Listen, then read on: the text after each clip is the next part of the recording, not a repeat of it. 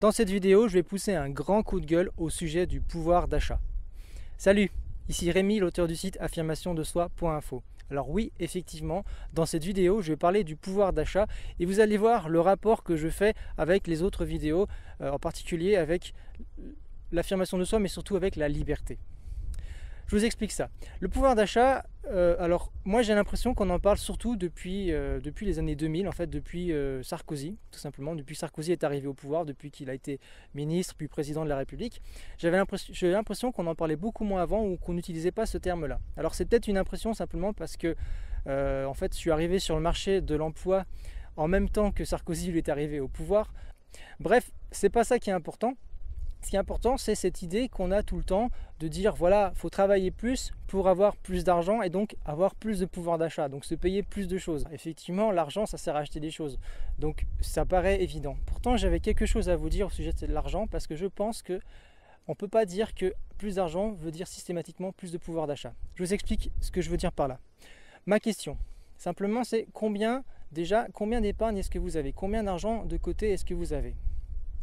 Admettons par exemple que vous avez 1500 € de côté. Je parle à mes compatriotes français, en particulier puisque je connais le coût de la vie en France, même s'il change d'une région à l'autre. Donc admettons que vous ayez 1500 € de côté et que vous gagnez 1500 € par mois.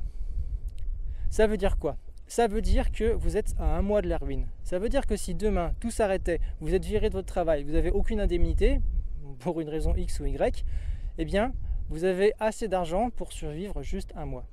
Et dans un mois, et bien là, vous êtes dans la merde. Donc, si vous avez 1500 € de côté, si vous avez un mois de dépenses de côté, vous êtes à un mois de la ruine. Donc, quelque part, vous êtes dans une situation d'esclave. Alors, le mot est fort, il est certainement exagéré, mais n'empêche que vous êtes obligé de tout accepter de la part de votre employeur parce que si demain vous voulez partir, eh bien vous n'avez qu'un mois devant vous pour vous retourner. Un mois, c'est très très court, ça passe très très vite.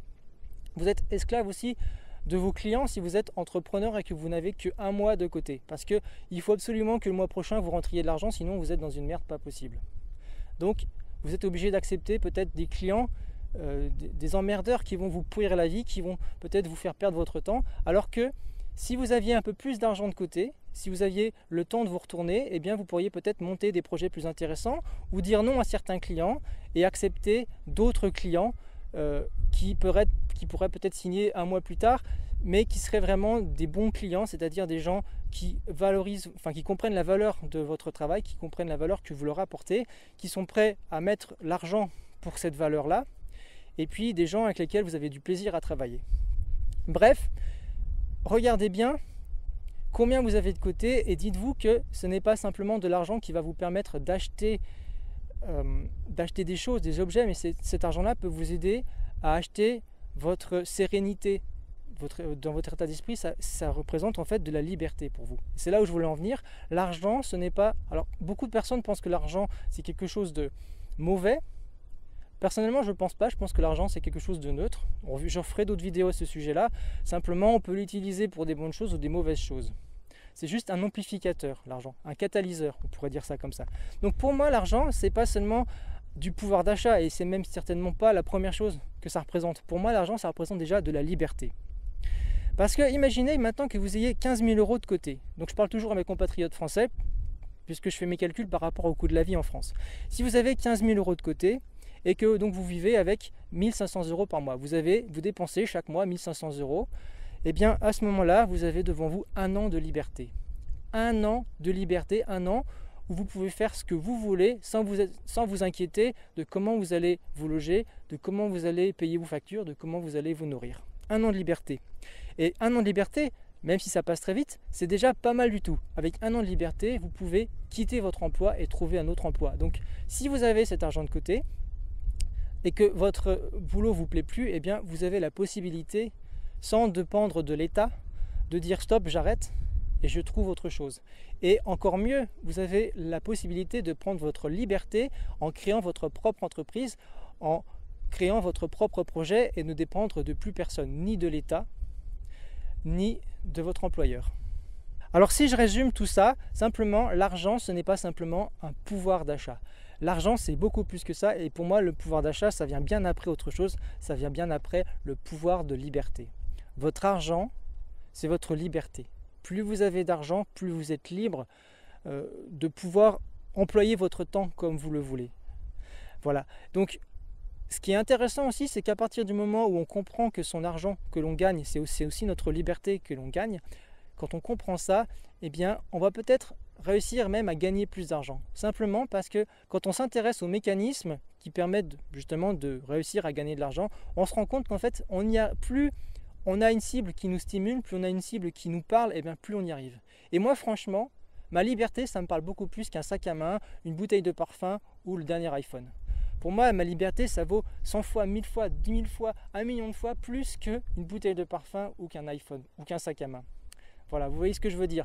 Donc, à partir du moment où on prend conscience que cet argent, c'est de la liberté, eh bien peut-être qu'on va se bouger plus les fesses, on va oser prendre plus de risques pour réussir à gagner plus d'argent, plus de liberté. Et peut-être que finalement, les problèmes que vous avez aujourd'hui par manque d'argent, eh bien, ils disparaîtront en même temps.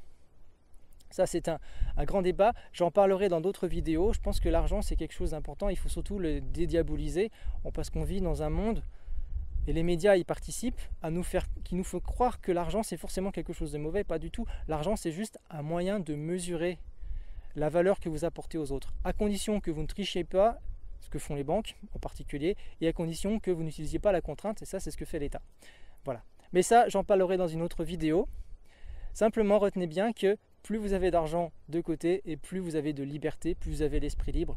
Et ça, vraiment, je sais que ça a changé la vie à plein de personnes de prendre conscience de ça, et c'est pour ça que j'avais envie de vous le transmettre.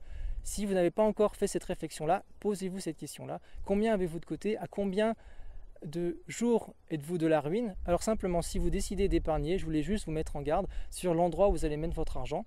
Vous allez certainement penser à le mettre à la banque, peut-être sur un livret A, pensant que c'est un des endroits les plus sûrs. Alors non seulement le livret A, ça ne rapporte plus rien, mais en plus, votre argent, de façon générale, à la banque, c'est un endroit très risqué actuellement, puisque depuis le 1er janvier 2016, les banques sont autorisées à faire ce qu'elles appellent un bail-in, c'est-à-dire, en gros, à vous prendre tout votre argent.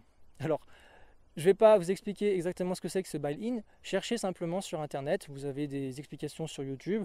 Vous avez aussi des sites Internet qui en parlent. Regardez par exemple les vidéos de Pierre Jovanovic et vous verrez de quoi je parle. Je vous dis à bientôt dans une prochaine vidéo. Salut. Dans cette vidéo, on va parler de réaliser ses rêves et de vivre la vie comme on l'entend, c'est-à-dire sans se laisser influencer par les standards de la société et sans se laisser brider par notre environnement.